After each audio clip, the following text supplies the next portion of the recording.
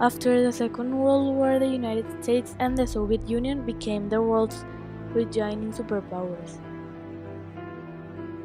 There was conflict between both nations because US was capitalist while USSR was communist. The island of Cuba was located only 19 miles from the US southeastern tip. American capital dominated the Cuban economy. Fulgencio Batista, president of Cuba in 1952, was an anti-communist and was in favor of keeping Cuban markets open to American corporations.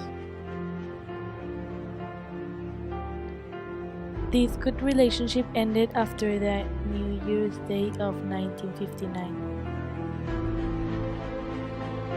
That day, Fidel Castro started a revolutionary movement against Batista.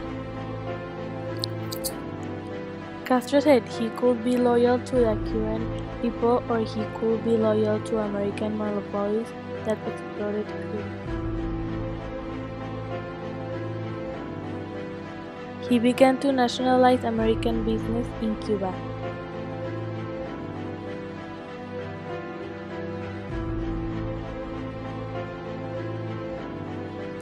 United States was distributed.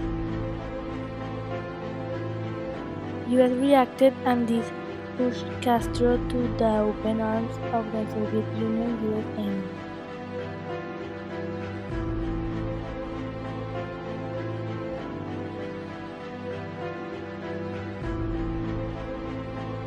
Around March of 1960, John F. Kennedy pushed the invasion forward.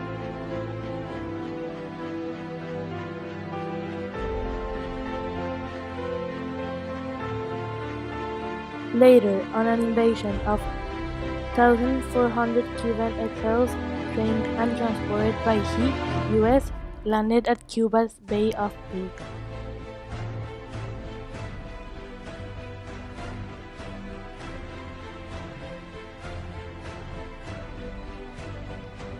Cuban invaders expected to be supported by the American military.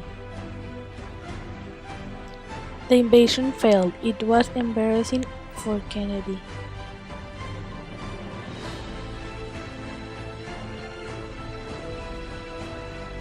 Castro asked the Soviet Union for military support to avoid any American attempts.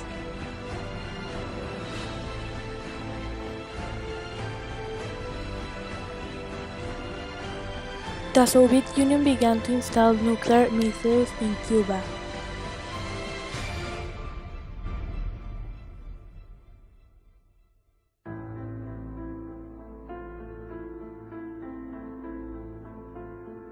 By October 1962, the Americans discovered the missiles.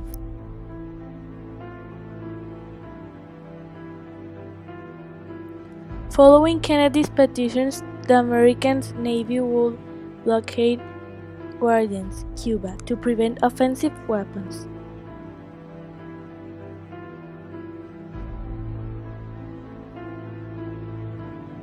Kennedy asked the Soviet Union to remove the militias or there will be further action. This caused a lot of tension.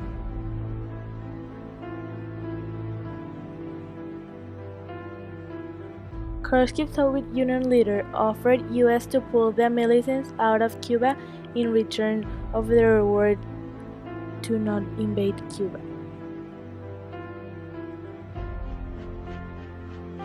Although Kennedy never accepted the proposal,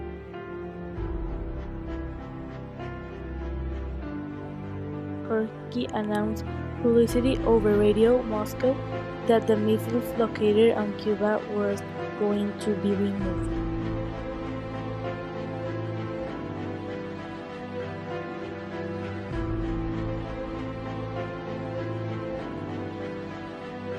The height of the crisis was past.